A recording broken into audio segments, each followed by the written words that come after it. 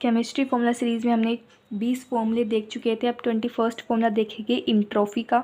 इंट्रोफी क्या होती है? Del S equal NCV ln T2/T1 plus NR ln V2/V1। Important है, ठीक है, नोट कर लेना। अगर आइसोथर्मल है मतलब क्या?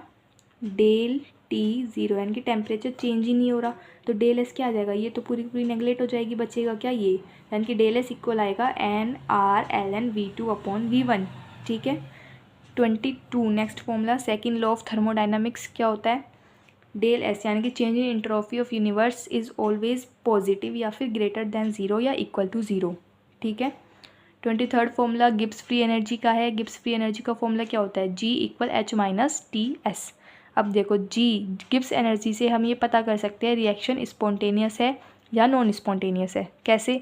अगर डेल जी की वैल्यू नेगेटिव आएगी तो स्पॉन्टेनियस रिएक्शन होगी, डेल जी की वैल्यू पॉजिटिव है मतलब नॉन स्पॉन्टेनियस, और अगर ज़ीरो आई इसका मतलब जो रिएक्शन है वो इक्विलिब्रियम पर है, ठीक है। एक और गिब्स फ्री एनर्जी और KEQ के बीच में रिलेशन पूछ लिया जाता है तो इसका फॉर्मूला भी ध्यान रख लेना। डेल जी इक्वल होता है -2.303 RT log KEQ, ठीक है, इम्पोर्टेंट है, ध्यान रखना। Next 24th formula law of mass action.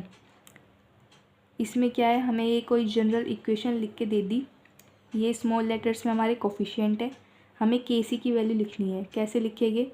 Product upon reactant करते हैं तो प्रोडक्ट और इसका स्टिचियोमेट्रिक कोफिशिएंट हमारी पावर में आ जाता है।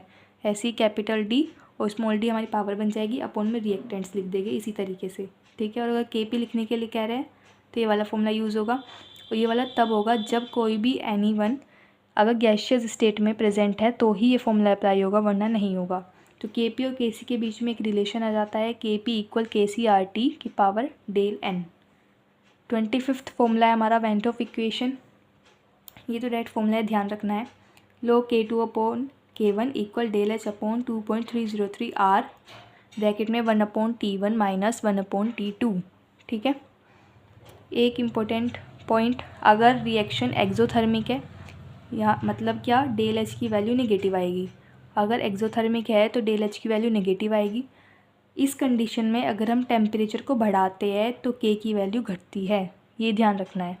और अगर रिएक्शन एंडोथर्मिक है तो उसकी डेल एच की वैल्यू हमेशा पॉजिटिव आएगी, और एंडोथर्मिक के केस में अगर हम टेम्परेचर बढ़ा रहे हैं तो K की वैल्यू भी बढ़ेगी, ये ध्यान रखना है, ठीक है।